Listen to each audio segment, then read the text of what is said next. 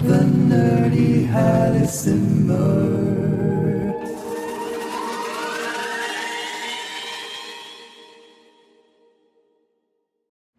Hey guys, welcome to another video tutorial series on my channel. We will cover the basics of flying on the Vatsim network as well as helicopter-specific ATC phraseology. Now when flying on Vatsim for the first time, you might be a little bit intimidated to make your first radio call, but don't you worry, everybody starts out just like you, and these guys are usually very, very nice. Of course, it's an advantage if you are already proficient in the English language. However, as ATC phraseology is pretty modular and repetitive, you'll catch on to the basics rather quickly. ATC frequencies can get rather busy from time to time, so it's very important that our radio calls are short and concise while containing all the relevant information for a safe operation of our flight. So first of all, make it short. Leave out unnecessary information or words such as ums and ahs, and think about what you want to say before you hit the push to talk button.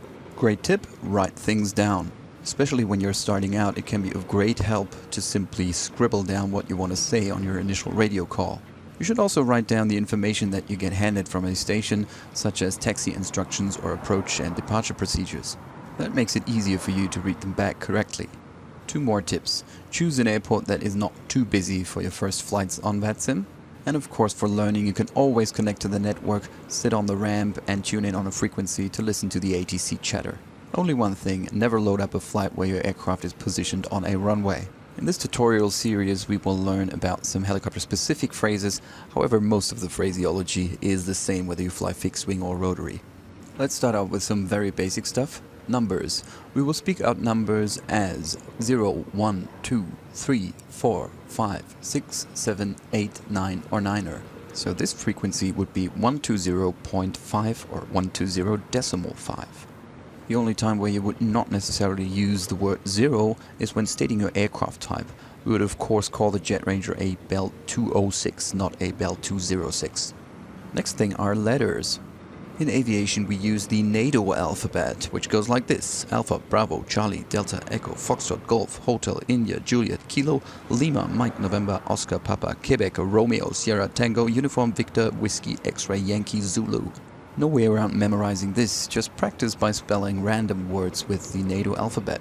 Now this would be Tango, Hotel, Alpha, Tango, Sierra, Uniform, Charlie, Kilo, Sierra. And if you're over-eager, you can also learn the Morse code. I did that during my sail training, and the Morse code is still being used as an oral identification of nav aids such as VORs and NDBs. But seeing as Morse code identifiers are always depicted on charts, you don't really have to do that. When measuring distances, we use nautical miles, which is 1,852 meters or 1 arc minute of a great circle. One important thing, whenever you have a two-figured mileage, it is common practice to say each number separately. So these would be 35 miles, 17 miles, and 10 miles. The altitude is measured in hundreds and thousands of feet, but once you get above the transition altitude, ATC will use flight levels instead. 14,000 feet would be flight level 140 and 29,000 feet would be flight level 290.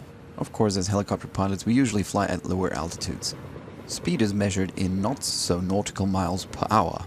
The term knot stems from the way that sailing vessels would measure their speed through water. Courses and headings. Of course, you will frequently use the cardinal directions, northeast, south and west. Also northeast, southeast, northwest and southwest. However, you do not use all the points of the compass, so don't tell Tower that you're northwest by west of him. Instead of that, you would use a specific bearing from 1 to 360 degrees. And as you just heard, when using bearings or headings, each number is being called out separately. Here are a few examples. Turn right heading 360, turn left heading 065, intercept radial 177 outbound.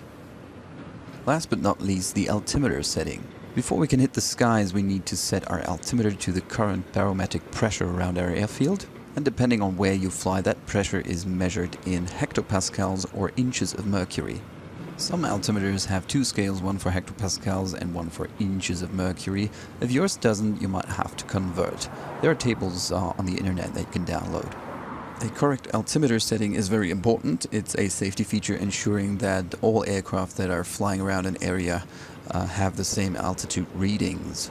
Once you climb above transition altitude, you would set your altimeter to the standard pressure, which is 292 inches of mercury or 1013 hectopascal. Once descending below transition altitude, you would set your altimeter to the local atmospheric pressure. You might come across a few of these terms. If you set your altimeter to QNH, it will show you altitude above mean sea level. Not in common use, the pressure reference QFE, which means altitude above the field elevation of your airport. And lastly, AGL, above ground level. That's what your radar altimeter would show you if you have one. Unless stated otherwise, ATC will give you altitudes above main sea level, meaning the altitude that you would read on your altimeter after setting it to the current QNH. Sometimes ATC might tell you to fly at a certain altitude above ground level, so AGL. For instance, the island of Majorca. VFR aircraft not under ATC control are supposed to stay below 1000 feet AGL at all times. Again, lucky are those who have a radar altimeter installed. Once you climb above the transition altitude, ATC will give you altitudes referring to the standard QNE 1013 hectopascal or 292 inches of mercury. Now let's take a look at the structure of radio calls. First rule, we usually end every transmission by stating our call sign. On initial contact to a radio station, you would state the name of the station you are calling, then you pass your message and you end with your call sign. When replying to a call, you can state your message or read back information and then end with your call sign. If you already established radio contact to a station and they know that you are on their frequency, it is not necessary to state the station's name every time you call them. If the controller on your frequency is very busy, it is good practice to simply call the station and your call sign and wait for him to call you back at a convenient moment. Now here is an example. Let's say we approach Chicago's Midway Airport from the southeast. Tower controller is pretty busy, so we simply state our call sign on our initial call. Midway Tower, helicopter November 970 Zulu Alpha. Tower finishes his conversation with another pilot and then says, November 970 Zulu Alpha, Midway Tower, go ahead. We are free to pass our message. Helicopter November 970 Zulu Alpha, EC-20, 10 miles southeast, 1,500 feet, with Bravo for landing west ramp. After a short time, Tower answers, November Zulu Alpha, Midway altimeter 2996. Since we always have to read back altimeter settings, we reply with 2996 November Zulu Alpha. If, as in this case, the ATC controller decides to shorten your call sign, you are supposed to use that shortened call sign yourself. Now let's take a look at some of the general vocabulary that we will need. Affirmative or affirm means yes. Negative means no. Sometimes we want to clarify things, so we will ask for confirmation. For instance, Midway Tower, confirm vacate left on Kilo, November Zulu Alpha. Wilco is short for will comply and means I will do as requested. Roger means I understood. You can also simply state your call sign to show that you got the message. If we didn't understand something, we state say again. Sometimes we are asked to report or advise on something. For instance, helicopter specific, advise ready for liftoff.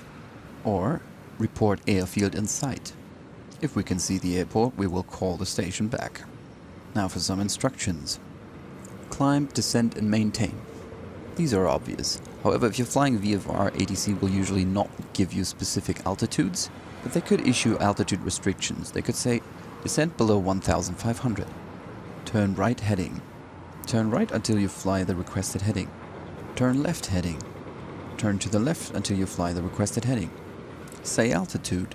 Just read them back your current altimeter reading. Say intentions. What do you want? Do you want to land? Do you want to practice traffic patterns? Or do you want to transition the airspace? Stand by. Wait a second, I'll get back to you. All stations. A message meant for everyone on the frequency. Break, break. Indicates that a different message is about to be said to another person without pause. Sometimes you'll hear proceed on course, which means you should follow your pre-filed flight plan or your previously assigned route. Resume on navigation means that we as pilots can continue navigating as we please within uncontrolled airspace.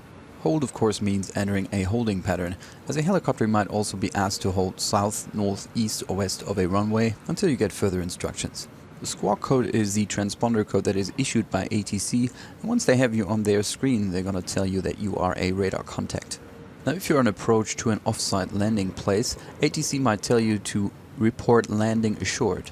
Let's say you want to land at a hospital helipad, you would report landing assured as soon as you're certain that you're going to make the landing. So that's enough for a little general ATC vocabulary lesson. This list is by no means complete, however we're going to learn a lot more helicopter-specific ATC phraseology as we go along. In the upcoming episodes we're going to dive a little bit deeper. We'll deal with clearances, taxiing, takeoff and landing clearances, and other fun stuff. I will also end each episode with an example video. Today we're going to look at how to connect to the Vatsim in the first place, so let's jump over to their site. First of all, you will have to register, of course.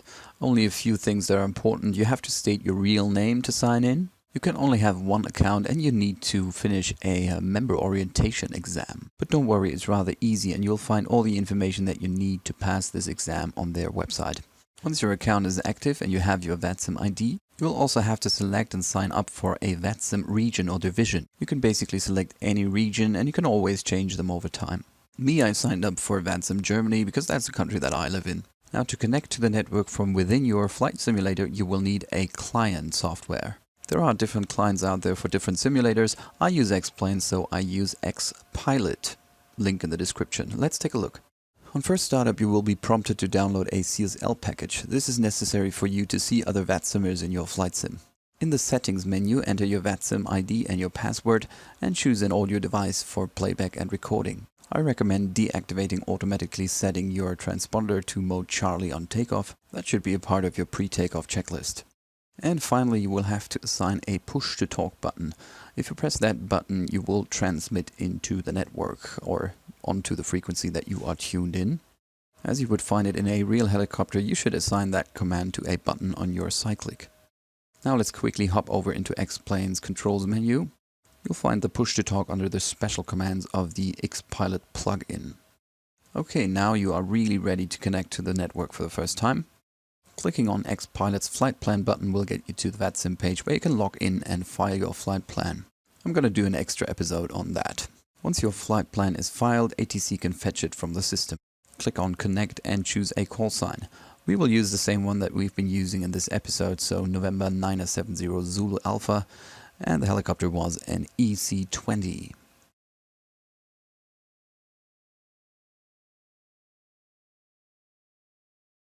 Once the connection is established, you can tune your radios to one of the frequencies that are currently online. Naturally, as I recorded this, no controller was online in my area. Most of the time you'll be able to activate mode Charlie and squawk ident on the virtual transponder device in your helicopter, but if it shouldn't be possible, you can also do it within X-Pilot. So that's it for today. Hope you enjoyed it and I hope to see you around next time. See ya!